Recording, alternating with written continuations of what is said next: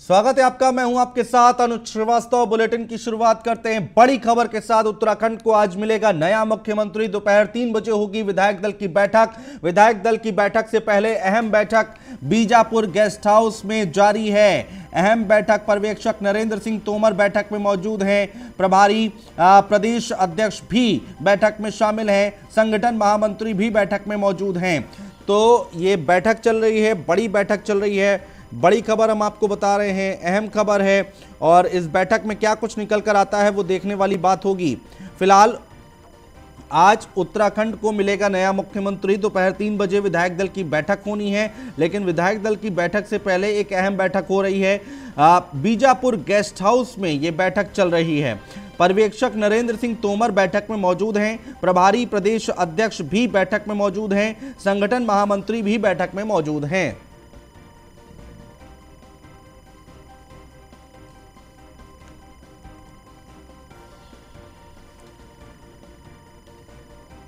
तो उत्तराखंड को आज मिलेगा नया मुख्यमंत्री। दोपहर 3 बजे होगी विधायक दल की बैठक। विधायक दल की बैठक से पहले अहम बैठक हो रही है। बीजापुर गेस्ट हाउस में ये बैठक चल रही है और पर्यवेक्षक नरेंद्र सिंह तोमर बैठक में मौजूद हैं। संगठन महामंत्री भी बैठक में मौजूद हैं। प्रभारी प्रदेश अध्यक्ष भी बैठक में मौजूद हैं। और बड़ी खबर, अहम खबर, आप सबको मालूम ही है कि मुख्यमंत्री तीरथ सिंह रावत जी ने इस्तीफा दे दिया है। उसके कारण निश्चित रूप से पुनः चयन की प्रक्रिया होनी है। आज पार्टी ने यहाँ 3 बजे विधायक दल की बैठक बुलाई है। उससे पहले मैं हूँ, कुलदीप सिंह जी हैं, हम सब लोग विधायकों से बातचीत करेंगे, उनसे मशवरे के बाद आगे बढ़ेंगे। अच्छा, कांग्रेस पार्टी आरोप लगा रही है कि बीजेपी, कांग्रेस के पास तो ऊपर से नीचे तक आरोप लगाने के अलावा कुछ है नहीं। सकारात्मक सोच कांग्रेस में शून्य हो गया है, इसलिए कांग्रेस का। तो दोपहर 3 बजे विधायक दल की बैठक होनी है और आज नया मुख्यमंत्री मिलेगा उत्तराखंड को, और उससे पहले बीजापुर गेस्ट हाउस में अहम बैठक जारी है।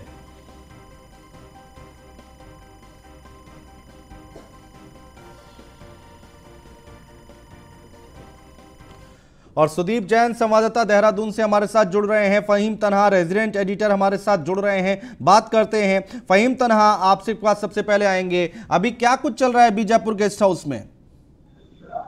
देखिए धनराज, अभी हम यहाँ बीजापुर गेस्ट हाउस की तस्वीर आपको दिखा दें। ये बीजापुर गेस्ट हाउस है। यहाँ पर तमाम मीडिया का भी जमावड़ा है, पार्टी के कार्यकर्ता भी कई हैं, और अभी कई मंत्री यहाँ पहुंचे हैं। बिशन सिंह चुफाल यहाँ पर पहुंचे हैं, और त्रिवेंद्र सिंह रावत जो पूर्व सीएम है वो काफी देर पहले यहाँ पहुंच गए थे, लेकिन अभी अभी वो निकले हैं यहाँ से अंदर जो ऑब्जर्वर है उनके साथ मीटिंग करने के बाद। और कई मंत्री और भी अंदर मौजूद हैं, जिनकी बैठक चर्चा चल रही है। सांसद मौजूद हैं, अजय भट्ट मौजूद हैं, प्रदेश अध्यक्ष बीजेपी के वो मौजूद हैं, कई और लोग अंदर मौजूद हैं। तीरथ सिंह रावत निवर्तमान मुख्यमंत्री हैं, वो अंदर मौजूद हैं, और अभी बैठक चल रही है। और कहा जा रहा है कि तकरीबन 2:30 बजे यहाँ से सब निकल करके पूरा काफिला बीजेपी मुख्यालय पहुंचेगा, जहां पर विधानमंडल दल की बैठक होगी, और उसके बाद वहां पर उसमें घोषणा की जाएगी कि आखिरकार नया मुख्यमंत्री कौन होगा। बहरहाल अभी यहाँ सारे नेता अंदर पहुंच रहे हैं, और जो ऑब्जर्वर हैं पार्टी की तरफ से नरेंद्र सिंह तोमर, उनके साथ उनकी बैठक चल रही है। सुदीप, अभी कोई खबर निकल कर आ रही है क्या? खबरें अंदर से कोई छन के सामने आ रही हैं क्या?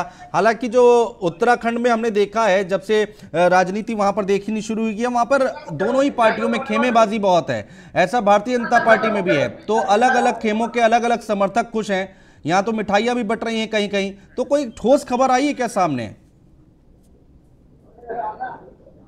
तो केंद्रीय जो ऑब्जर्वर आए नरेंद्र तोमर, उनकी फर्स्ट राउंड का डिस्कशन बीजापुर में हुआ है, जैसा कि फहीम ने बताया। दूसरी बात, पार्टी दफ्तर में 3 बजे विधानमंडल दल की जो बैठक होनी है, उसके लिए विधायक पहुंचने लगे हैं। यदि हम 8 मार्च का घटनाक्रम देखें तो हमने उस दिन देखा जब त्रिवेंद्र सिंह रावत से सत्ता तीरथ सिंह रावत को आई, तो विधानमंडल दल की बैठक के महज 5 मिनट के भीतर ही तीरथ सिंह रावत का नाम सबके सामने आ गया, जो कि उस वक्त सांसद थे पौड़ी लोकसभा सीट से। यानी कहीं ना कहीं ऐसा लगता है कि पहले से ही तय था कि सत्ता तीरथ सिंह रावत के हाथ में आ रही है। आज की बैठक में देखना दिलचस्प होगा कि क्या होगा। जहां तक प्रमुख तौर पर नामों की बात करें तो सतपाल महाराज, धन सिंह रावत, कुमाऊं से बिशन सिंह चुफाल का नाम आता है। एक चर्चा ये भी है कि शायद डिप्टी सीएम भी बनाया जा सकता है। जो कि कुमाऊं से हो सकता है, उसके अंदर उस नाम पर, उस पद पर पुष्कर सिंह धामी का नाम बताया जाता है। तो भी चर्चाएं और कयासों का बाजार जारी है। ये बहुत भारतीय जनता पार्टी ने गोपनीय रखा है कि किसी भी ठीक है, तरीके प्रीतम से सिंह कुछ कह रहे हैं, उनको सुन लेते हैं। बदलने की रीति चलाई है वो कदापि उत्तराखंड के विकास को अवरुद्ध करने का काम करती है। एक मुख्यमंत्री बनाए, 4 साल तक उनकी सरकार में मुख्यमंत्री के रहते सरकार चली और वो चले गए। उसके बाद दूसरे मुख्यमंत्री को नामित किया गया, वो 4 महीने में उनकी जो है विदाई हो गई है। और जिस तरीके से मैंने भारतीय जनता पार्टी के प्रदेश अध्यक्ष और पूर्व मुख्यमंत्री तीरथ सिंह जी की प्रेस कॉन्फ्रेंस सुनी, उनमें उन्होंने कहा कि संवैधानिक संकट होने की वजह से जो है उनको जाना पड़ा। कदापि उनका ये बयान उचित नहीं है। 10 मार्च को मुख्यमंत्री जी ने शपथ ली थी और 10 मार्च को शपथ लेने के बाद उत्तराखंड राज्य के अंदर सल्ट का चुनाव हुआ था। मुख्यमंत्री अगर चाहते तो सल्ट का चुनाव लड़ करके विधानसभा का सदस्य बन सकते थे, लेकिन उन्होंने चुनाव नहीं लड़ा। तो राष्ट्रीय नेतृत्व का स्पष्ट ये संकेत था कि वो ज़्यादा दिनों तक जो है तीरथ सिंह जी को मुख्यमंत्री के रूप में उत्तराखंड में नहीं देखना चाहते थे। सर, जिस तरीके से जन सहयोग कांग्रेस को भी नहीं मिल रहा है उत्तराखंड के अंदर, उसको आप कैसे देखते हैं, कहाँ कमी है? देखिए, ऐसा नहीं है कि कांग्रेस को उत्तराखंड राज्य के अंदर जन सहयोग नहीं मिला। हमने 2002 से 2007 तक सरकार बना का काम किया, सरकार को चलाने का काम किया। 2012 से 17 तक जो है सरकार। तो प्रीतम सिंह भारतीय जनता पार्टी पर आरोप लगाते हुए और जमकर हमला बोलते हुए। सुदीप हमारे संवाददाता हमारे साथ लगातार बने हुए हैं। सुदीप, आप अपनी बात पूरी कीजिए और साथ ही साथ ये भी समझाइए कि अब कांग्रेस पार्टी को बैठे बैठाए मुद्दा मिल गया, वो बहुत ज्यादा हमलावर दिखाई दे रही है उत्तराखंड में अब। जी बिल्कुल सही कहा आपने। देखिए, जिस प्रकार से जो 10 विधायक है पार्टी के, नेता प्रतिपक्ष नहीं तय कर पा रहे हैं। दिल्ली में इनको बड़ा वक्त हो गया और मसला आलाकमान पर चला गया। लेकिन कल का जो घटनाक्रम उत्तराखंड में हुआ, इसके लिए रणदीप सुरजेवाला और इन बड़े नेताओं ने, जिसमें हरीश रावत और महारा और प्रीतम सिंह स्वयं जो प्रदेश अध्यक्ष शामिल थे, उन्होंने प्रेस कॉन्फ्रेंस करके सरकार को घेरा है। अब महत्वपूर्ण बात यह है कि जो नया मुख्यमंत्री होगा उसके सामने घाटों का ताज होगा। पार्टी संगठन से लेकर जनता, ब्यूरोक्रेसी, जिलों की स्थिति सुधारना और एक पॉजिटिव मैसेज देना। क्योंकि अभी तक प्रदेश में हमने देखा चाहे भाजपा 2 सीएम हो जाते थे, पर भारतीय जनता पार्टी की डबल इंजन वाली सरकार में पहली बार ऐसा होगा कि तीसरा मुख्यमंत्री आने जा रहा है। आज राज्य को 11वां मुख्यमंत्री मिल जाएगा, जबकि राज्य का जो सफर है, कैरियर है, वो 21 वर्ष का है। तो ये निश्चित तौर पे जो सोशल मीडिया में भी इस बात को लेकर बहुत ज्यादा चिंता है लोगों की कि आखिर कितने नेता मुख्यमंत्री बनेंगे और आखिर ये सिलसिला थमेगा कब, कार्यकाल पूरे क्यों नहीं हो पाते। इतनी मेजोरिटी है भारतीय जनता पार्टी के पास, प्रचंड बहुमत है, इसके बावजूद ये स्थिति क्यों है। फहीम तन्हा हमारे साथ जुड़े हुए हैं। फहीम तन्हा, आप एक बार हमें बताइए वहां पर क्या कुछ चल रहा है, किस तरह की हलचलें देखने को मिल रही है? आवाज आ रही है फहीम? बिल्कुल बिल्कुल बिल्कुल। हाँ, देखिए, यह बीजापुर गेस्ट हाउस में है और जैसा हमने कहा था कि कुछ मंत्री यहाँ आए हुए हैं, गणेश जोशी जी मिलकर के जा रहे हैं। मंत्री जी, क्या कुछ बात हुई है आपकी? देखिए, हमारे केंद्रीय वरिष्ठ यहाँ पर आए हैं और क्षेत्रीय विधायक होने के नाते, क्योंकि मेरा विधानसभा क्षेत्र भी है, मैं एक कॉलोन करने के उनको यहाँ पर आया और मैंने उनको फिर मसूरी आने का निमंत्रण दिया है।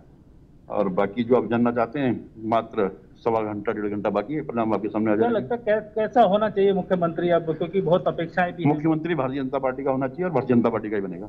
कुछ और आपको लगता है कुछ और भी अभी, क्योंकि विकास की चुनौतियां रहेगी अभी? कोई चुनौती नहीं है, सब मिलजुल के सब जा रहा है कुछ सारा भारतीय जनता पार्टी का कोई कार्यकर्ता बनेगा। देखिए, अंदर मीटिंग हो रही है, जाहिर सी बात है। गणेश जोशी निवर्तमान मुख्यमंत्री हैं, कैबिनेट मिनिस्टर, और सीधे तौर पर जिस तरीके से बात कर रहे हैं कि अभी कुछ देर के बाद पता चल जाएगा, नहीं स्पष्ट तौर पर कहने को तैयार नहीं। हमारे साथ कुछ विधायक खड़े हुए हैं, कुमाऊं क्षेत्र के विधायक हैं, रुद्रपुर से विधायक है राजकुमार ठुकराल जी, राजेश शुक्ला जी भी हैं। कौन होना चाहिए मुख्यमंत्री, तीसरा मुख्यमंत्री होने जा रहा है? देखिए, पार्टी जो हाईकमान तय करेगा, ये बहुत अच्छी बात है कि मेरी भारतीय जनता पार्टी में आंतरिक लोकतंत्र है। पूछा जा रहा है, विधायकों का सम्मान हो रहा है, लेकिन जो भी भाजपा हाईकमान तय करेगा उसको शिरोधार्य हम लोग आत्मसात करेंगे। पार्टी के साथ हैं, पार्टी के साथ खड़े रहेंगे और आगामी जो 7 महीने बाद इलेक्शन होने वाला है, फिर से उत्तराखंड राज्य में भारतीय जनता पार्टी की सरकार बनाए। अब भाजपा के सिपाही है, वरिष्ठ सिपाही हैं, वरिष्ठ विधायक हैं, आप भी पार्टी का हित और राज्य का हित दोनों चीजें देख करके चलते हैं। क्या क्वालिटी होनी चाहिए, किस तरह का चेहरा होना चाहिए मुख्यमंत्री? चेहरा ऐसा हो जो आम जनमानस के मानसिक पटल पर अपना प्रभाव छोड़ सके, जो भारतीय जनता पार्टी को चरमोत्कर्ष पे ले जाए, जो भारतीय जनता पार्टी की सरकार बनाने में सक्षम हो। जिस चेहरे को सब लोग पसंद करें, हम उस चेहरे के साथ हैं, और जो भाजपा हाईकमान तय करेगा हम उसको अमली जामा बनाएंगे। शुक्ला जी, कोई बात हुई आपके अंदर, आप गए थे ऑब्जर्वर के साथ भी, तो किस तरह का मुख्यमंत्री होने जा रहा है? देखिए, जो बातें हम लोगों ने कही वो हम आपके साथ शेयर तो नहीं कर सकते, लेकिन फिर भी इतना जरूर है कि हम लोग चाहते हैं कि ऐसा मुख्यमंत्री आए जो पिछले मुख्यमंत्रियों की तरह उस परंपरा को आगे बढ़ाएं और जनता में लोकप्रियता हो और एक परसेप्शन अच्छा बने, क्योंकि चुनाव का वर्ष है, 4-5 महीने बाद चुनाव में जाना है हमें, इसलिए ऐसा मुख्यमंत्री होना चाहिए जो हमें दोबारा सत्ता में लाने के लिए महत्वपूर्ण। चुनौती भी देखना, जवाब भी तो देना पड़ेगा। 3 मुख्यमंत्री बदले गए हैं, तो क्या इस तरीके का भी चेहरा रखने की बात हो रही है? उत्तराखंड पढ़ा लिखा स्टेट है, यहाँ साक्षरता पे का प्रतिशत ज्यादा है, लोग अवेयर रहते हैं, लोगों को पता है कि संवैधानिक संकट आया, उसमें कोविड का भी कारण है बहुत महत्वपूर्ण। तो इस संवैधानिक संकट में इस्तीफा देकर हमने उस संस्था का सम्मान किया है जिसको चुनाव आयोग कहते हैं, इसलिए हमें लगता है कि उसको लेकर कोई एंटी इनकम्बेंसी होगी। कुछ क्षेत्रीय समीकरण, जातीय समीकरण कुछ देखे जाएंगे? अब राष्ट्रवाद की बात करते हैं हम लोग, तो पूरे देश को एक परिवार मानते हैं, तथा जातीय और क्षेत्रीय समीकरण की बात नहीं। हाँ, ये जरूर है कि ऐसा नेतृत्व होना चाहिए जो पूरे प्रदेश में सर्वमान्य और लोकप्रिय हो। सर्वमान्य हो, पूरे क्षेत्र में, राज्य में सर्वमान्य हो, ऐसा का नेतृत्व। तो क्या एक सवाल उठता है शुक्ला जी, क्या अभी तक जो सर्वमान्य नहीं थे, क्या त्रिवेंद्र जी सर्वमान्य नहीं थे, क्या तीरथ जी? तो चलिए, संवैधानिक संकट की बात कही जा रही है। नहीं, अब पुरानी बातों को तो अब यहाँ करने का उचित नहीं है। अब हम लोग फिलहाल तीरथ जी की बात कर रहे हैं, तो तीरथ जी को इसलिए नहीं हटाया गया कि कोई उनको कोई लोकप्रियता थी, अब संवैधानिक संकट था इसलिए उनको जाना पड़ा, और मुझे लगता है कि अब विधायकों में से ही चुना जाएगा मुख्यमंत्री, ताकि किसी तरह के संवैधानिक संकट सामने न हो। धन्यवाद हमसे बात करने के लिए। देखिए धर्मराज जी, जिस तरीके से विधायक अपनी बात कह रहे हैं, मंत्री ने अपनी बात कही, यानी विधायकों से ही सीएम तो चुना जाएगा, लेकिन कौन होगा इस पर अभी जब तक घोषणा नहीं हो जाएगी तो अभी अटकलें चलती रहेगी। बिल्कुल फहीम, और आपने बहुत कोशिश की कि कुछ बातें निकल कर आ जाएं, कुछ हिंट मिल जाए, लेकिन बात नहीं है। त्रिवेंद्र सिंह रावत कुछ कह रहे हैं, उनको सुन लेते हैं जरा। समस्या हुई जिसके कारण माननीय मुख्यमंत्री जी को इस्तीफा देना पड़ा। ऐसे में कोई विधायक ही मुझे लगता है कि हो सकता है, क्योंकि जो समस्या है, जो संवैधानिक संकट है, वो फिर दूसरे के लिए भी होगा, और इसलिए संवैधानिक संकट को एक ही तरीके से टाला जा सकता है कि या तो विधायक बने या फिर चुनाव में जाओ। ठीक है। आज विधायक दल की बैठक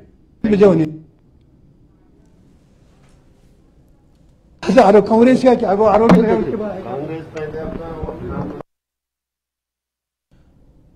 तो लगातार बयान निकलकर सामने आ रहे हैं, वो हम आपको सुनवाने की कोशिश कर रहे हैं। त्रिवेंद्र सिंह रावत जिन्होंने अपनी बात रखी,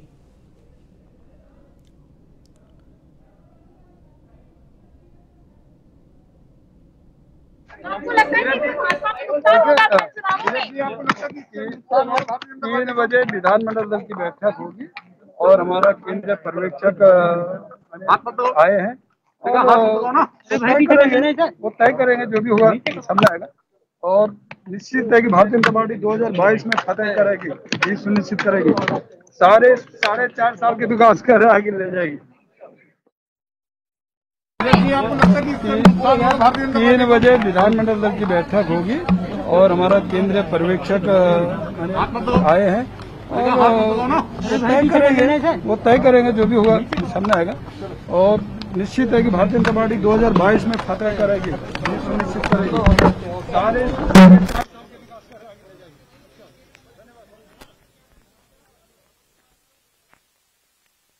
यहाँ पर वो अपनी बात रखते हुए कि 3 बजे स्थिति साफ होगी, तस्वीर साफ होगी।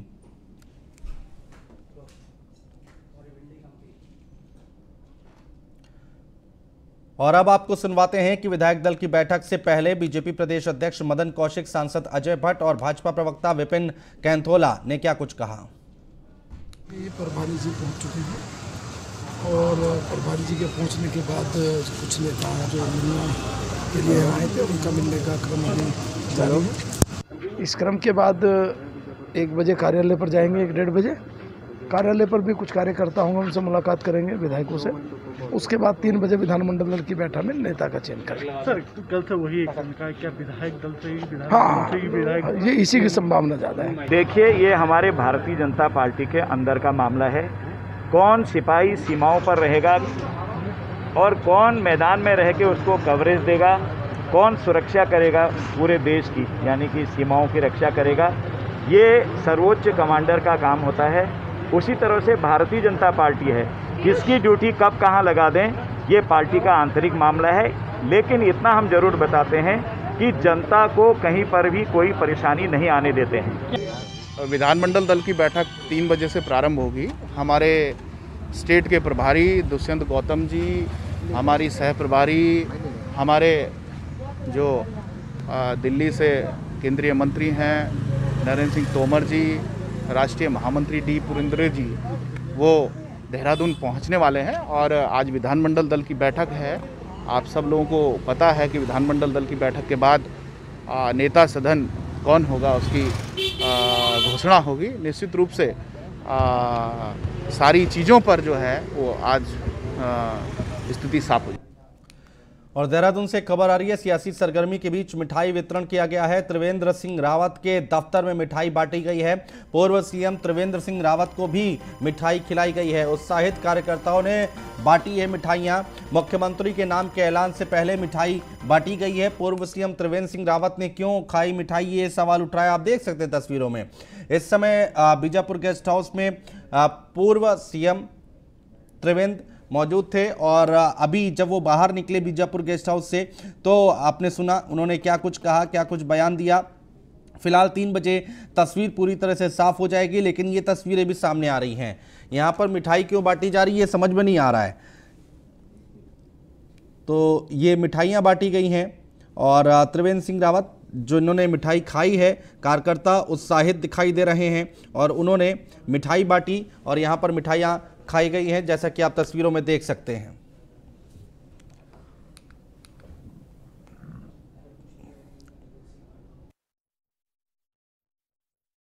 माननीय मुख्यमंत्री जी ने इस्तीफा दिया है, ये अपरिहार्य परिस्थितियों में दिया है। एक संवैधानिक संकट ये उत्तराखंड की राजनीति में खड़ा हो गया था और इसलिए उनको मजबूरी में इस्तीफा देना पड़ रहा है। जनता, उत्तराखंड की जनता शिक्षित जनता है, इसलिए उसको बड़ी स्वाभाविक प्रक्रिया मिलेगी। मालूम है कि माननीय मुख्यमंत्री जी उस समय काफ़ी अस्वस्थ थे, उनको कोविड की प्रॉब्लम हो गई थी और इसलिए उनको उस समय वहाँ से उन्होंने चुनाव नहीं लड़ा। फिर चुनाव जब कोई भी प्रत्याशी लड़ता है और विशेषकर जब मुख्यमंत्री लड़ते हैं तो उनके लिए बहुत कुछ सोच समझ के ही, क्योंकि तमाम तरह की जिम्मेदारी मुख्यमंत्री के ऊपर होती है। और उत्तराखंड में मुख्यमंत्री बनने के लिए कई नेता कर रहे हैं लॉबिंग। सतपाल महाराज और धन सिंह रावत रेस में सबसे आगे हैं। हरक सिंह रावत, पुष्कर सिंह धामी के समर्थक भी लॉबिंग में जुटे हुए हैं। बिशन सिंह चुफाल के साथ जातीय और क्षेत्रीय समीकरण भी साधेंगे और चुफाल कुमाऊं से ठाकुर हैं, पार्टी अध्यक्ष और मंत्री रह चुके हैं। हालांकि त्रिवेंद्र रावत खेमा भी उत्साहित दिखाई दे रहा है और वापसी की उम्मीद में पार्टी का कोई भी नेता खुले तौर पर किसी का नाम नहीं ले रहा है। और इस बार तय है कि विधायकों में से ही होगा उत्तराखंड का मुख्यमंत्री।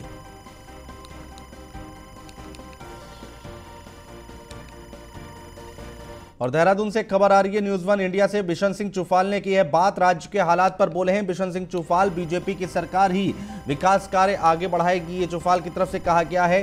संवैधानिक व्यवस्था के कारण सीएम बदलना मजबूरी, जो भी सीएम बनेगा वो पार्टी विचारधारा पर काम करेगा, राज्य का विकास प्रभावित नहीं होगा। डीडी हाट से बीजेपी विधायक हैं बिशन सिंह चुफाल। चुफाल जी हमारे साथ है बात करने के लिए और बात करते हैं। चुफाल साहब, किस तरह से देखते हैं अब राज्य का विकास किस तरह से आगे बढ़ेगा इस तरह के हालात में?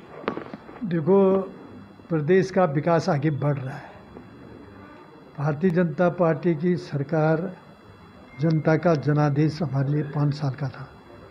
इसे 5 साल के अंदर का भारतीय जनता पार्टी के मुख्यमंत्री त्रिवेंद्र सिंह भारतीय जनता पार्टी की विचारधारा को लेकर प्रदेश को आगे बढ़ा था। उसी विचारधारा को आगे लेकर तीरथ जी ने, अब जो तीसरा मुख्यमंत्री होगा तो वो भी तो भारतीय जनता पार्टी विचारधारा का है, भारतीय जनता पार्टी कोई दूसरी पार्टी का नहीं है। तो तीनों का अनुभव इस प्रदेश की जनता को मिलेगा जब तीनों का अनुभव प्रदेश की जनता को मिलेगा तो विकास की गति और आगे बढ़ेगी। इसमें तो विपक्षी के पास तो कोई मुद्दा नहीं है भाई, मुख्यमंत्री बता, ये पार्टी की हमारी व्यवस्था है, व्यवस्था के तहत ये काम है। आप इतने सीनियर लीडर हैं पार्टी में, तमाम लोगों के कार्यकाल को आपने देखा, खुद भी आप मंत्री रहे, अध्यक्ष रहे, बहुत बारीकी से आप जानते हैं। आपको नहीं लगता उत्तराखंड का मिजाज है, आपको ये चीज़ आएगी कि भाई 3 मुख्यमंत्री बदले गए हैं, तो आखिर क्या कारण है? ये कारण भी तो बताना पड़ेगा, जनता को चुनाव में जा रहे हैं। मैंने कह दिया ना जनता को, इसलिए जनता ने तो जनादेश हमको दिया ही है। हमारी सरकार ये तो भारतीय जनता पार्टी के तो मुख्यमंत्री थे, कोई दूसरी पार्टी के तो मुख्यमंत्री थे नहीं। उसी विचारधारा को लेकर हम आगे बढ़ रहे हैं। ये मैंने कहा था कि भाई संवैधानिक जब संकट आ गया तो फिर तो बदलना ही पड़ेगा ना। जब चुनाव आयोग कहते कि चुनाव नहीं करा सकता हूँ, तो फिर तो 6 महीने के अंदर का चुनाव होना था। 13 जी को चुनाव लड़ना जरूरी था। अब चुनाव नहीं हुआ तो फिर मुख्यमंत्री पद से इस्तीफा देना पड़ता, इसलिए उन्हें स्वतः पहले इस्तीफा दे दिया। तो जनता इस चीज़ को समझ रही, जनता के बीच में जाके ये तो जनता भी समझ रही इस चीज़ को। साहब, विकास को लेकर के बड़ी चुनौती आपको लगती है कि है? 2022 में ज़्यादा समय नहीं है, 6-7 महीने कार्यकाल के, तो क्या क्या आपको लगता है कि इस नज़रिए से एक मैसेज देने के लिए क्या क्या विकास के काम एजेंडा होना चाहिए आगे? 6 महीने का समय बहुत है काम करने के लिए, न करने वालों के लिए तो 5 साल भी होगा तो नहीं है। 6 महीना बहुत है। फिर हमने तो 4.5 साल तक काम कर गए ना, ये थोड़ी कि वो 6 महीने को क्यों गिना रहे हैं। 4.5 साल तक जो काम कर रखे हैं वो काम भी तो जनता के, प्रदेश के हित के लिए भारतीय जनता पार्टी ने काम किया। जो काम अधूरे रह गए हैं, जो काम, उन कामों को पूरा करना है, वो काम इस 6 महीने के अंदर हम करके दिखाएंगे। आपको कौन कौन सा लगता है प्रमुख काम की अभी ये मैसेज देने की जरूरत पड़ेगी? नए काम या पुराने काम उनको तेजी से आगे करना होगा? हमने वायदा किया था ना जनता के सामने 2017 में हमारी सरकार आएगी तो हम ये काम करेंगे। वो जो पूरे जो माननीय मुख्यमंत्री के द्वारा घोषणा हुई होगी, उन घोषणाओं के द्वारा वो काम को, जो कोई अधूरे रह गए उन काम को पूरा करना है।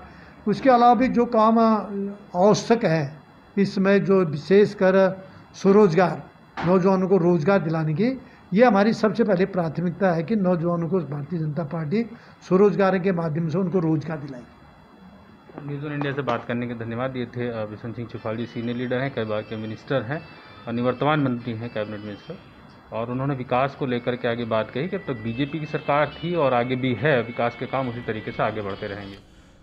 और फिलहाल हमारे इस बुलेटिन में इतना ही। नमस्कार।